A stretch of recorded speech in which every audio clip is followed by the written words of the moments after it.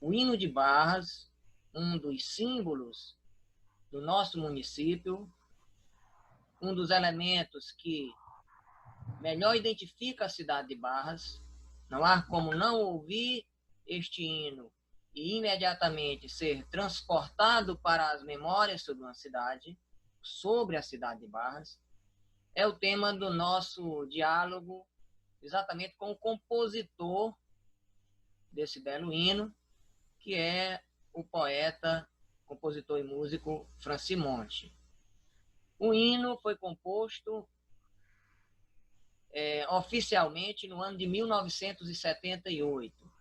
78 esse hino foi lançado. Até então, nós tínhamos aí também uma outra grande composição que nos faz lembrar Barras, que é o hino da Padroeira, de autoria de João Beckman Carvalho. E esse hino, ele é também um dos elementos, uma das canções que quando nós ouvimos, nós somos transportados para Barras. O hino de Barras, Franci, de sua autoria, é um hino recente, se nós considerarmos a idade de Barras do Maratauã, que em 2020 faz exatamente 179 anos. Eu gostaria que você começasse o nosso diálogo contando um pouco da história desse hino, sobre que circunstâncias esse hino nasceu, como se deu o processo de apresentação dele para a sociedade. Então, conte-nos um pouco dessa história, antes de nós vasculharmos um pouco os sentidos que estão impressos nele.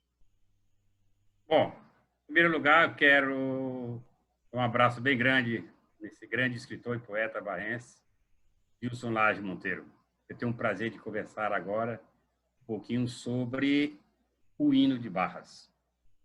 Pois bem, meu amigo, eu estudava em Fortaleza, aí eu fazia faculdade de letras na Universidade Federal do Ceará e fazia música na Universidade Estadual do Ceará, no Conservatório Alberto Nepomuceno. Certo dia, recebi um telefonema do meu pai, Manuel Monte, que me surpreendeu com a proposta de composição do hino de Barras. A administração da época, que era o prefeito Raimundo Triunfo, e sua equipe, estava criando, que até então não tinha os símbolos. Nós não tínhamos a bandeira, nós não tínhamos o brasão, nós não tínhamos o hino. Uma cidade tão histórica, né, Deus? De repente, até então não existia isso. E a mim cabia a composição do hino. Eu confesso que eu fiquei meio preocupado pela idade que eu tinha, tá me entendendo? Em 76 eu tinha 23 anos, tá entendendo? E pela responsabilidade de compor um hino, cara, que é perene, é por toda a vida, tá me entendendo? É a história de sua cidade, tá me entendendo? Aí fiquei preocupado, mas ao mesmo tempo fiquei com aquele desejo de fazer. E digo, rapaz, eu vou fazer. Aí, cara, eu me lembro que era de noite. Esse telefonema foi à tardinha, mais ou menos para a noite, em Fortaleza. Aí eu saí, você veio, fui para um barzinho que tinha na Praça dos Leões, perto da Praça dos Leões, em Fortaleza. E lá a cerveja era barata e os estudantes iam para lá, né? Aí eu fui tomar uma cerveja lá e comecei a pensar em fazer o hino. Meu Deus, como é que eu vou fazer esse hino? Quando eu estava escrevendo aquele início do hino, chega um barrense lá. Sou o Francisco Quequara também, eu vim tomar uma cerveja. O que tu está fazendo aí? Eu digo, rapaz, eu estou começando a fazer o hino, a letra do hino de Barras. Aí eu contei a história para ele, ele disse, rapaz, isso é muito importante. Foi o Zé Luiz Corrêa. O Zé Luiz Corrêa, filho nosso, né, saudoso Zé de Deus Corrêa, foi ele que chegou e que primeiro viu as primeiras frases do hino. Ali, então, eu comecei a fazer o hino, fiz a letra primeiramente, porque eu tinha que estudar direitinho para ver por etapas, na hora que a gente estiver começando a falar sobre a letra, que eu vou contar para você, mas eu fui com muito cuidado mesmo, fazendo, dividindo situações, costumes, tá me entendendo? A história da cidade.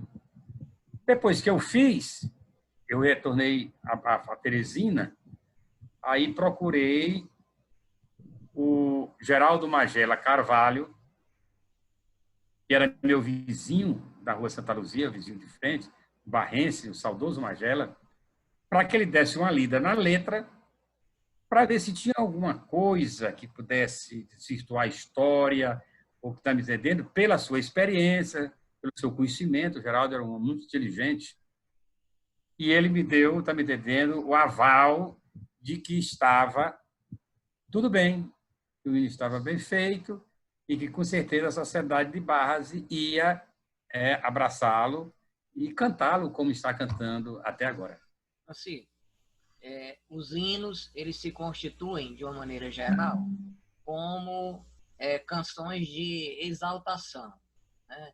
Então, eles são construídos, sem sombra de dúvidas, para evocar o sentimento de nacionalismo, de patriotismo, para reforçar a autoestima, o orgulho de ter nascido no lugar, para, enfim, enfatizar a condição de identidade, de pertencimento. Então, quando você compunha este hino, que elementos de identidade você priorizou na composição dele? Olha, Edilson, é como eu lhe falei, quando a gente estiver analisando a letra, a gente vai notar o que eu vou te dizer agora.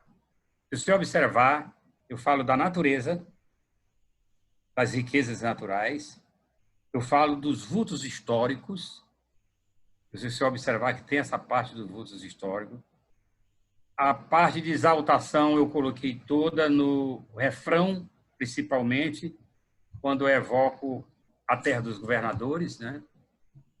E deixei a parte de economia da época, tá me entendendo? Você nota que está na terceira quadra. No final, eu fiz aquele espaço para juventude, para o amanhã, para o novo, para as pessoas, para as futuras gerações. Isso aí nós vamos dissecar esses momentos na hora que estiver fazendo a leitura do nosso hino. Mas eu tenho uma coisa que eu faltou dizer naquela parte, que quando o hino foi aprovado, nós procuramos o maestro Reginaldo Carvalho, um grande maestro na época, está me entendendo? Do Rio de Janeiro, que era muito conhecido mundialmente. Tanto é que ele é citado na Delta Larousse, aquela enciclopédia já tinha o nome de Reginaldo Carvalho. E ele era professor aqui da universidade, muito amigo nosso, maestro regente do coral, que a gente cantava, e foi o maestro Reginaldo Carvalho que fez todos os arranjos do hino oficial de Barras. E quem escreveu, ele fez os arranjos, mas tem aquela pessoa que escreve na partitura.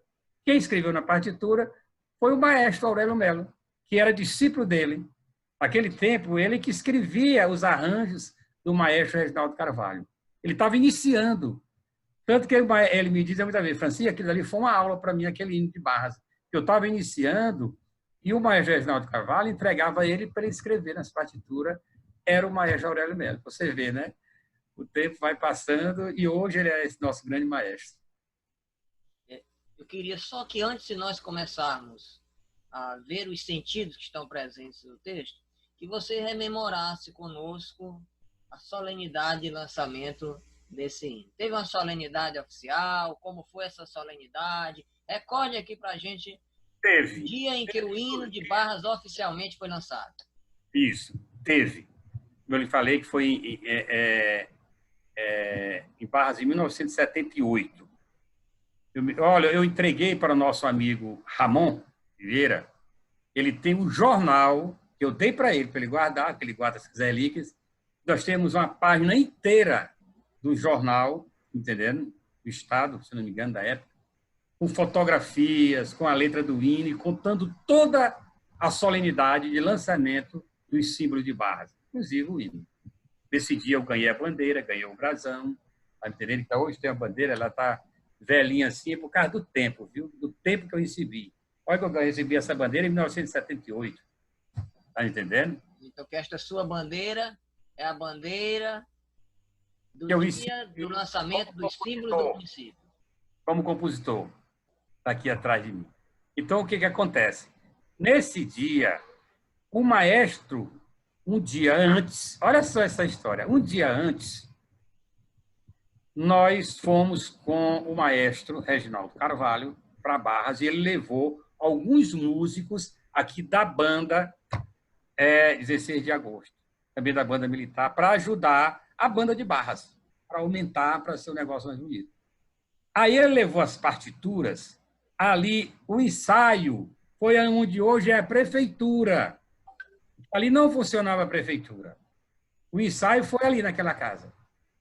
A banda foi ensaiar só com o maestro Reginaldo Carvalho. Como eu tinha mostrado para ele a composição em Mi maior, ele fez os arranjos em Mi maior.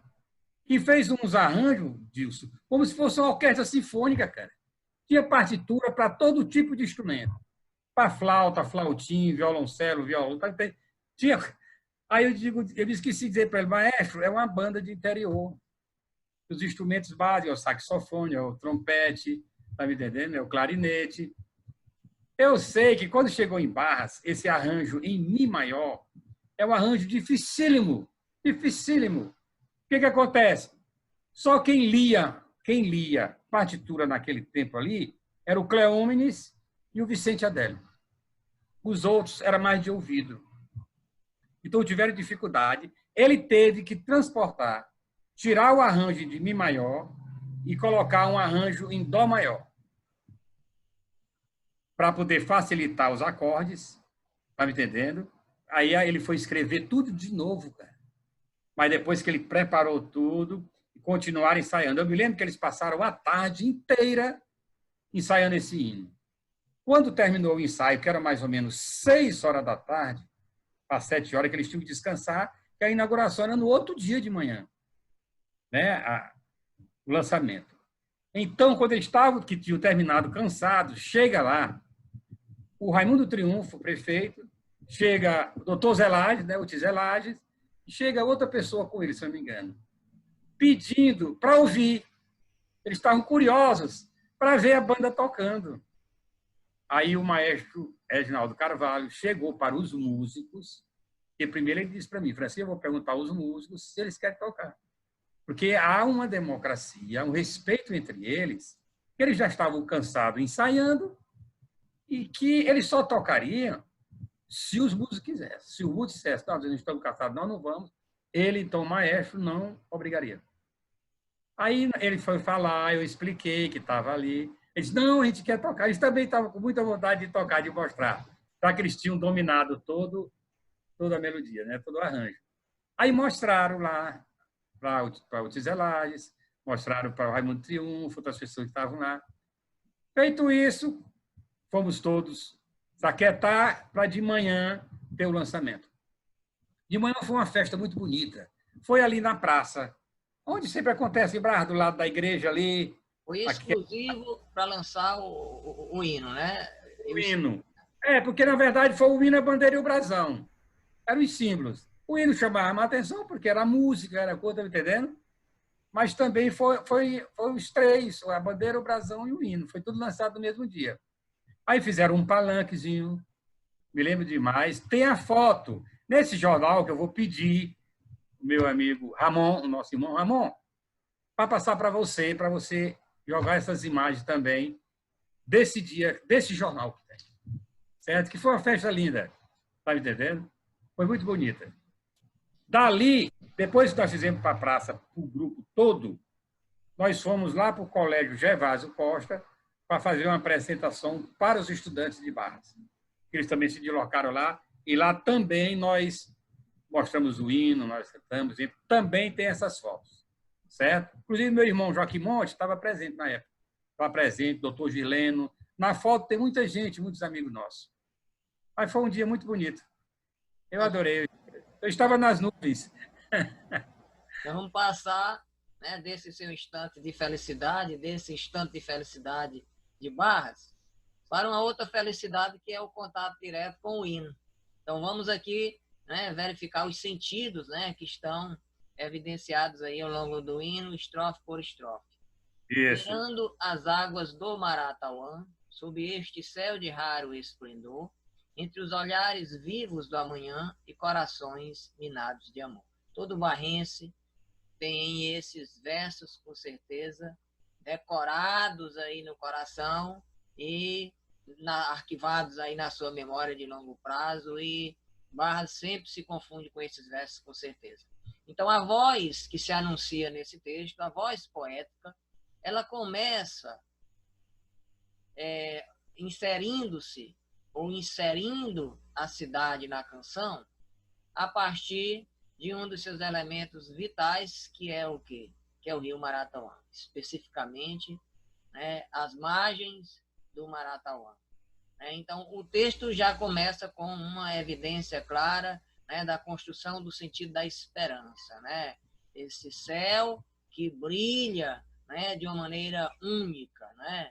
Então, é o sentimento, é a emoção, né, de contemplar a paisagem diante do rio Maratauã, né? Então, já começa, né, a canção aí com com essa voz poética conclamando, né, inserindo a presença do rio como um elemento de contemplação e automaticamente de reflexão também, porque o rio aí vai tendo dois sentidos no hino, né? Ele não apenas é um elemento a partir do qual nós nos situamos geograficamente, né? Ele é também um elemento de contemplação, né? Um elemento que afetivamente tem um significado especial para cada um de nós barrenses, mas ao mesmo tempo esse rio na canção vai projetando um olhar sobre a esperança, sobre o futuro. Então este rio aí vai simbolizando muito mais do que geografia, muito mais do que afeto, né? Esse rio vai nos colocando aí no lugar da esperança, no lugar do futuro. Esse rio vai funcionando aí como um elemento temporal, né? E aí mais adiante você escreve: entre os olhares vivos do amanhã, reforçando a imagem da esperança conotada, e corações minados de amor, né? Então, a inserção do elemento da natureza e dessa natureza dadivosa que é a natureza barrense, né? Não há como não se encantar com tantos veios d'água, com tanta beleza que Deus reservou para a paisagem geográfica, né, deste nosso recanto, né? Você quer destacar alguma coisa sobre essa estrofe, Francisco? Você disse muito bem. Eu vou só dar algum detalhe, mas você já disse tudo o que eu quis dizer, né, nessa primeira estrofe. E só até enfatizando mais ainda essa parte que normalmente, Dilson, as nossas cidades, essa situação geográfica que eu coloquei, a localização, situando Barras, inclusive, há um interesse muito grande de uma parcela de barrense que o nome retorne para Barras do Maratauã, que o rio que deu origem à cidade, que abraçou a cidade, está me entendendo? Que é a vida da cidade. Então, até aí, porque a gente consegue retornar. Esse começo aí, eu quis realmente situar Barras. Para quem não conhecia Barras, onde é que ela ficava, as margens de que rio, porque nós, como você falou, nós temos o rio Maratauã, nós temos o rio Longá, temos riachos. Então, essa riqueza que nós temos, né, é muito grande. E esse sentimento de amor, isso é próprio de todo, como você disse, dos filhos de uma terra. Então, não há o como nos exaltar, está me entendendo? Olha, se você se lembrar, só depois é que eu fui atentar, que quando eu digo sobre este céu de raro esplendor, que eu levei a isso, é essa ideia de céu próximo, tá entendendo? Da terra, é como se a terra, o céu fosse um reflexo da terra. Você se lembra que da Costa e Silva disse que amanhã tem um céu sobre a terra? Não é isso? Se há um céu, né? Se há um céu sobre a terra. Então, ele faz essa mesma, com outras palavras, ele faz essa imagem. Está me entendendo? Aí, e eu fiz isso aí sem, tá me entendendo? Me atentar na poesia do poeta. Isso aí foi uma coisa que eu disse, que eu acho que é o sentimento de cada um aproximar, tá me entendendo? O céu de sua terra do céu, né? Da grandeza, né? Os solares da manhã é a esperança realmente que você disse. Esses corações de amor aí, também cheios de amor, é o sentimento do querer bem pela terra que a gente nasceu. Nós temos uma combinação sonora nesse hino, como naturalmente eu não entendo de música, né? Mas literalmente nós temos tararara, tarararararararararararará, né?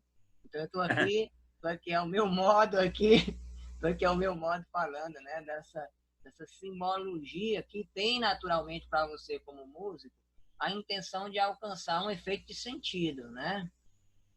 Então ontem eu estava ouvindo o hino, né? Então, quando a gente ouve, né, essa combinação rítmica, né, sonora, né, feita essencialmente através de instrumentos, eu tentei fazer alguma associação entre essa combinação sonora, né, e os sentimentos e os sentidos que são evocados aqui pelo hino, né? E aí eu fiquei me questionando sobre que tipo de sensações, né, essa combinação sonora ela consegue despertar sobre os que ouvem o hino. E me ocorreu mais ainda, o que essa combinação sonora ela provoca sobre o compositor, porque aquela combinação sonora que em geral ela aparece no início e ela aparece no final, ok? Ela é um elemento de inserção dentro da música e de anunciação de seu fim, ou ela tem mais do que isso? Eu acho que você está entendendo aqui sobre o que eu quero falar, né? Eu sei, estou entendendo. Você sabe que a melodia ela veste a letra. A música abraça a melodia, a poesia. Está me entendendo? Tem uma letra e a música vem. E o arranjo é que dá aquela beleza. Está me entendendo? Tem a linha melódica. O que a gente procura fazer num hino desse? Que você não pode cometer. Você não pode ter erro de prosódia. Você não pode, né? Para a acentuação tônica tem que ser no lugar certo. Está me entendendo? Para não acontecer como acontece muito na nossa música popular brasileira, esse problema. E dá ênfase, é crescendo a melodia, como eu fiz aí no caso do refrão, você observa que ele vai e na barras, barras, ponto, dia, vai, tá entendendo? Vai subindo a letra, tá me entendendo? Para dar aquela evolução, né? A gente faz muito isso, tem que dar uma ênfase, tá me entendendo? Outra coisa que eu procurei fazer, Dilson, foi uma melodia fácil, bonita e fácil de ser aprendida. Porque acontece muito nos nossos hinos no Brasil, eles serem longos demais e as pessoas não aprenderem. Já tem uma certa resistência em aprender um hino, tá entendendo? Então eu procurei fazê-lo pequeno, com frases curtas, você nota que não são frases longas, tá entendendo? Com a melodia, onde eu repito a primeira estrofe, a segunda estrofe com a melodia, tem um refrão e eu repito as melodias lá. Por quê? Para ela ficar bem fácil de ser aprendida, decorada, tá entendendo? Isso aí que eu procurei fazer. Vamos passar para a segunda estrofe? Vamos passar. Entre um passado pleno de heróis, que a história em glória transformou, e um futuro que já se constrói sobre um presente pacificador. Interessante que o tempo inteiro, né, esse hino, você faz aí um trocadilho tentando situar a base dentro de uma linha do tempo, né? Então, na verdade, passado, presente e futuro, eles se confundem o tempo inteiro, né? Então, presente, passado e futuro são associados à esperança, são associados à paz, são associados à grandeza, são associados à permanência de coisas, de situações, de conceitos que são concebidos como conceitos para durarem a vida toda. Então, o que o hino, em essência, faz é dizer exatamente, isto é Barras, isto irá durar a vida toda. Cultivemos esses elementos, porque esses elementos dizem sobre nós. Então, em essência, é isso que está posto aqui. Então, e aí você faz isso com o passado, evocando aí a tradição da cidade de Barras, né? Você faz isso com o futuro, né? A ideia de futuro que seria a repetição, né, da glória de um passado, ok? E aí você vai e impõe aqui através de um verbo, olha o verbo que você emprega, reina Barras, veja bem, reina Barras, ok? Então, olha aí a ideia, né? A ideia do reino, né? A ideia, né? A ideia de nobreza de um lugar, né? A nobreza exatamente por conta de quê? Por força de suas tradições, né? Então, quando nós empregamos esse verbo, nós automaticamente vamos aí evocar as ideias das tradições, né, da cidade, né? Esse reino, ele vai se confundir exatamente com o quê? Com a beleza, ok? Com um comportamento de pacificidade, né, que nós poderíamos essa pacificidade ser traduzida em outros conceitos. Eu vou avançar um pouquinho mais. E aí nós inserimos, veja que a natureza é o ponto principal que pontua quase que todo romance, todo hino, né? Quase que todo hino é perpassado pela presença firme de evocação da natureza. A natureza herdou a resistência da Carnaúba e no Babaçu, aos pés da Praça da Virgem Potência que o Piauí no tempo conduz. Você poderia comentar as duas últimas estrofes, Francisco? Posso sim. Antes, eu queria só reforçar o verbo reina ali. Você nota que o tempo dele, ela reina, ela não deixou de reinar, tá me entendendo? Não é passado, ela reina. Reina Barras ainda. Qualquer época, o verbo está presente, tá me entendendo? Reina Barras. Tá entendendo? E agora, no tocante aos pés da Virgem Plácida Potência, né, que o Piauí no tempo conduz, olha só. Em primeiro lugar, Dilson, eu vou te explicar aqui uma coisa. Além do hino de Barras, eu sou compositor de outros hinos. E eu tenho uma preocupação muito grande de que alguma informação do hino caia em desuso, deixe de ser referência, está me entendendo? Com o tempo fica passado. O caso da economia, do negócio aí da riqueza da Carnaúba e do Babaçu, quando você falou assim, Francisco, a natureza está presente quase que todo, né, pano de cu, porque era a fortaleza. Estava na natureza, estava no Babaçu, estava na Carnaúba, está me entendendo? Estava... Aí a gente pegou reforço nessa parte daí. Outra coisa que nós temos muita preocupação é a incitação religiosa. O Estado é laico, sabe-se disso, né? Só que essa referência aí, inclusive nós conversamos com o Magela, com o Geraldo Magela, isso aí foi uma frase que nós colocamos depois. Todos sabemos que Nossa Senhora da Conceição é padroeira de Barras, ok? Mas também todos sabem que a história de Barras começa com a matriz.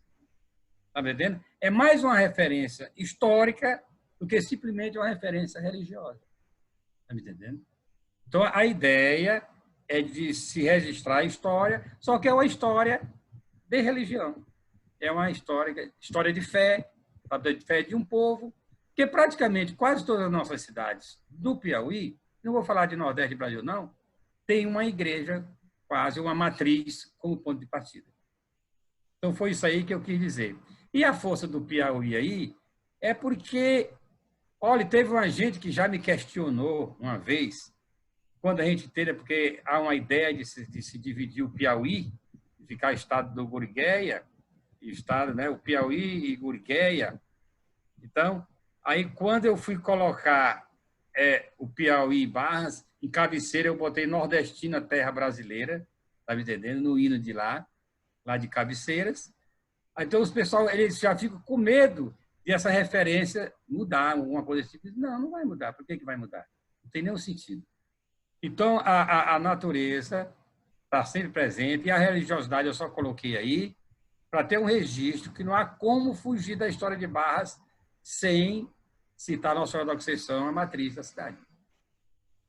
Bem, Francisco, nós vamos aqui para finalizar o nosso diálogo. Nós vamos aqui, você se insere aqui na estrofe seguinte, né? Aí tem a juventude, né? O hino foi feito, então, por um jovem de 23 anos, né? Jovem nós somos permanentemente, né? Mas naquele tempo mais jovem ainda, né? Ainda um jovem ainda que olhava sobretudo para o futuro, né? Aristóteles diz que o olhar do idoso é o olhar da rememoração, né? Ele volta-se para o passado, né? E o olhar do jovem, ele está sempre de olho no amanhã, né? Embora nós sejamos jovens permanentemente, porque também cultivamos esse olhar o tempo inteiro, né, para o futuro, mas aqui mais do que em qualquer outro momento, né, aqui falava o jovem, né, a sua condição de jovem está aqui também nessa canção. Você coloca aí a juventude de Barras como sendo uma juventude de liderança, uma juventude de esperança, de fama. Como é que a juventude do seu tempo, da década de 70, se faz presente aqui? Você acha que aqui está, sobretudo, a juventude da década de 1970 ou está, literalmente, a juventude barrense de todos os tempos? Eu acredito que tem uma influência um pouco da juventude da nossa época, mas que tem a pretensão de ser a juventude de todos os tempos. Porque o jovem, talvez ele seja mais irreverente, seja mais polêmico hoje, outra coisa, mas esse sentido de liderança, de esperança e de conquista do jovem, porque desde cedo disso, desde cedo, quando a gente é criança, que a gente escuta que a criança é o futuro do Brasil. Bem dali, eu acho que a responsabilidade começa bem dali. Quando chega na juventude, isso aí é reforçado, porque vai se estudando e vai se ouvindo isso. O jovem, sabe, é o futuro do Brasil, está na juventude, Então, não há como fugir dessa responsabilidade. E como o jovem não tem ainda os conhecimentos básicos necessários, está me entendendo? Então, precisa ser lapidado, é por isso que tem a irreverência, é por isso que tem, está me entendendo? Esses a impulsividade, né? Que é normal na juventude. Mas sempre de olho, observa aí, na liderança, a esperança, que é a fé das coisas melhores, e o desejo de conquista. Tá? E isso aí é uma maneira de você vencer os desafios. Agora, nesse negócio aqui atrás, aquela citação atrás que você falou lá em cima, do passado, do presente e do futuro, o problema disso é que nós, barrenses, você mesmo disse que nós somos um tanto bairristas, a gente fala do nosso passado como se fosse presente. A gente traz o nosso sentimento, é tão grande para a coisa, porque às vezes quando eu estou conversando com meus filhos, somente os mais novos agora, aluna, que eu falo dos grandes intelectuais de Barras, dos poetas, tem hora que ela me pergunta, papai, ele já morreu? Eu falo de uma coisa tão presente que eles pensam que eles ainda estão aqui com a gente. Nós temos esse negócio, nós vivemos evocando o passado, trazendo. Eles são espelho. Eu acho que nunca vão deixar de refletir na vida do barrense justamente essas grandes figuras, os vultos do nosso passado.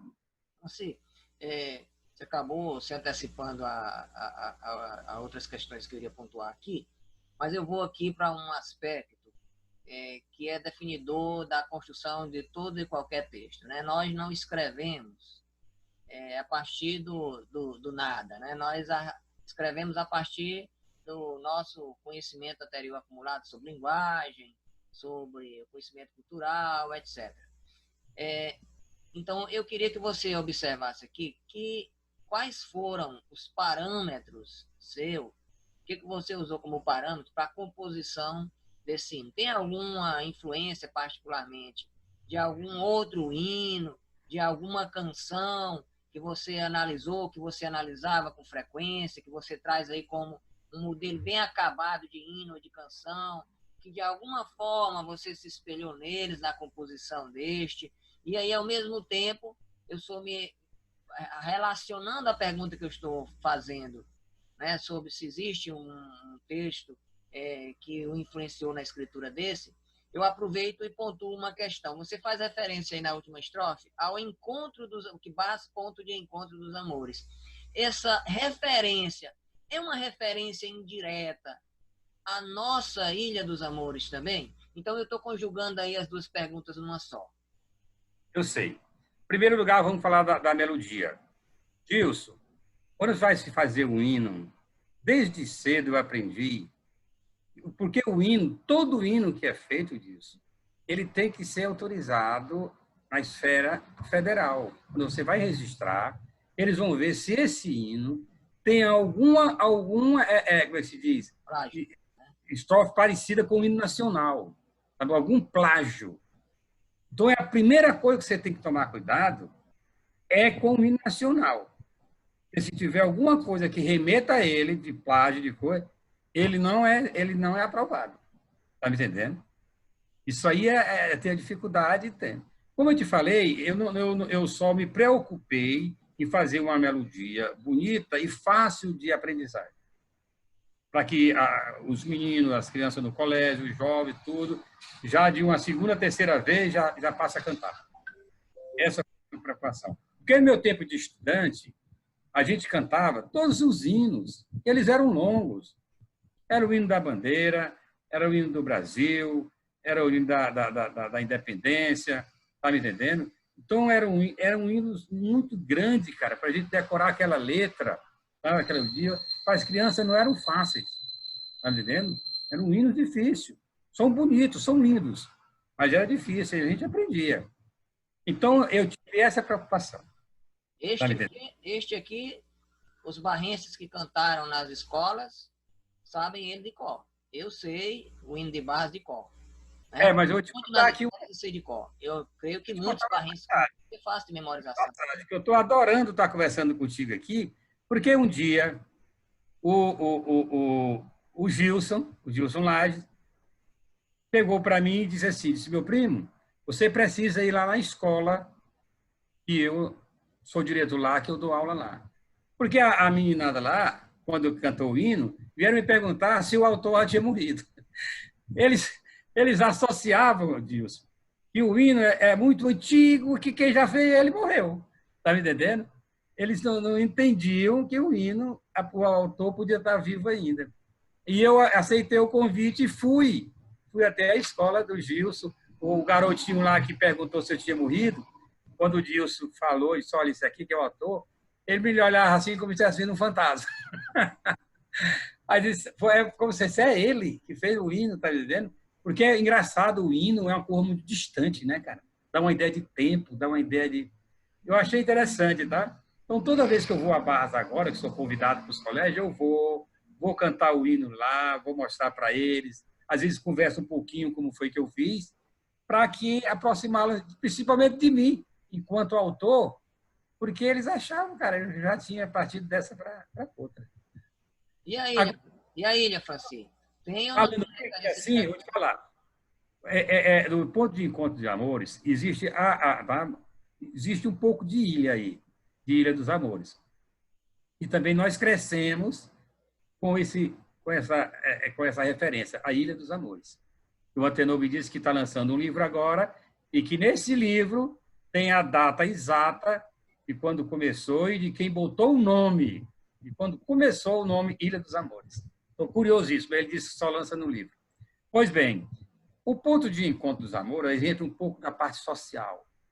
Barras é uma cidade hospitaleira, acolhedora, está me entendendo? Barras é uma cidade muito acolhedora, muito amiga. Então, lá, o sentimento de amizade e de amor é muito grande.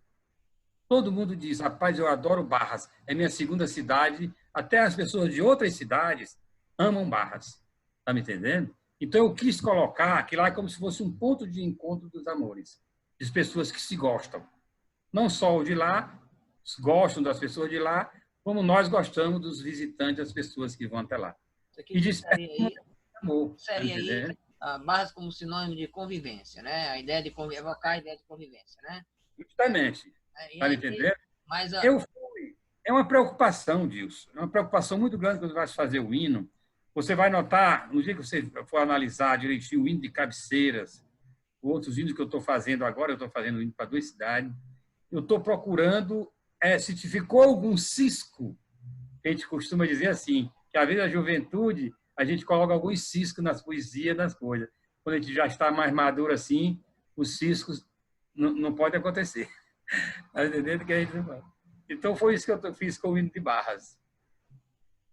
Franci, eu gostaria de agradecer você pelo diálogo sobre o hino. Nós compreendemos um pouco da história do hino, né, para essa série que festeja os 179 anos de Barras. Outra coisa que eu quero dizer, só Dilson, é que a gravação oficial, né, do hino foi feita pelo... A voz ficou por conta do ensaio vocal e os arranjos já do maestro Aurélio Melo, certo? Foi ele que gravou essa gravação que Barras canta aí, foi feita pelo Aurélio Melo e ensaio vocal.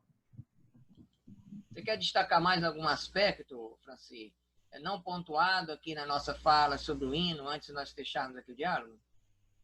Não, eu queria só o seguinte, do hino em si, não, mas eu queria agradecer o fato de as administrações, somente essa agora, de conseguir que os colégios, que os alunos voltem a cantar o hino de sua terra, voltem a cantar outros hinos. E tinha havido um distanciamento um tanto, mas que agora eu vejo, está me entendendo? Já vejo outras pessoas gravando o hino e colocando em Facebook, já tem outros colégios que gravam com seus alunos. Aquilo eu fico maravilhado. Quando eu vejo aquele negócio ali, você não sabe como eu estou em casa, de repente, assim, olha aqui, esse grupo de alunos cantando aqui. Isso é muito bom, cara. Então, eu tenho mais que aplaudir esse tipo de iniciativa por conta da administração atual. Você conhece alguma versão do hino que não a versão essencialmente oficial? A gente sabe que existe uma certa polêmica quando um hino ele é cantado à luz de outra melodia, né? A gente sabe que isso é polêmico. Não, foi bem cantado. Teve um colégio, se eu não me engano, foi o Ceazinho Correia, ou se não foi, que eles cantaram o hino direitinho, muito bonito, a gravação. Mas sob a forma de que ritmo? Não, normal, o ritmo normal. Ritmo de hino mesmo, não foi... Mas o que eu lhe pergunto é o seguinte, a letra do hino já se converteu em algum momento em algum outro estilo musical? A gente sabe que isso é polêmico, não. Mas tem alguns hinos... Não. Olha, na verdade... Já foram feitos, até o nacional, né? O hino nacional tem ele em forró, tem ele em coisa, tá muito difícil. Eu acho que o hino, os símbolos, eu acho que deve haver um certo respeito do seu povo em relação aos símbolos. Eu, por exemplo, eu jamais vou, sabe, cantar o hino nacional de forma diferente, jamais vou fazer alguma coisa que possa atingir a bandeira do meu país, ou a bandeira da minha cidade ou do meu estado. Está me entendendo? Forma, né? Eu não faço isso. Isso é da minha natureza. Esse respeito, está me entendendo? Eu sou de um tempo que eu respeitava até a roupa.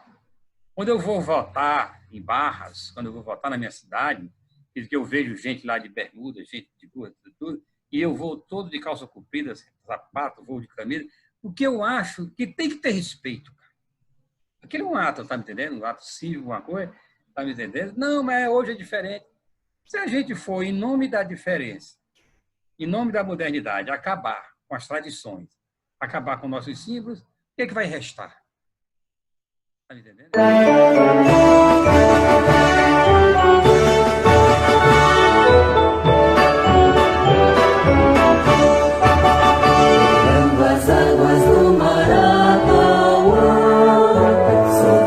Céu de raro esplendor, entre os olhares vivos do amanhã e corações minados de amor, entre um passado pleno de heróis que a história em glória transformou, e um futuro que já se constrói sobre um presente pacificado. Vem na Barras, ponto de encontro dos amores. Vem na Barras, pela terra dos governadores. Caminha na linha da paz. Vem na Barras, ponto de encontro dos amores. Vem na Barras, pela terra dos governadores. Caminha na linha da paz. A natureza herdou a resistência, na carnaúba e no bar.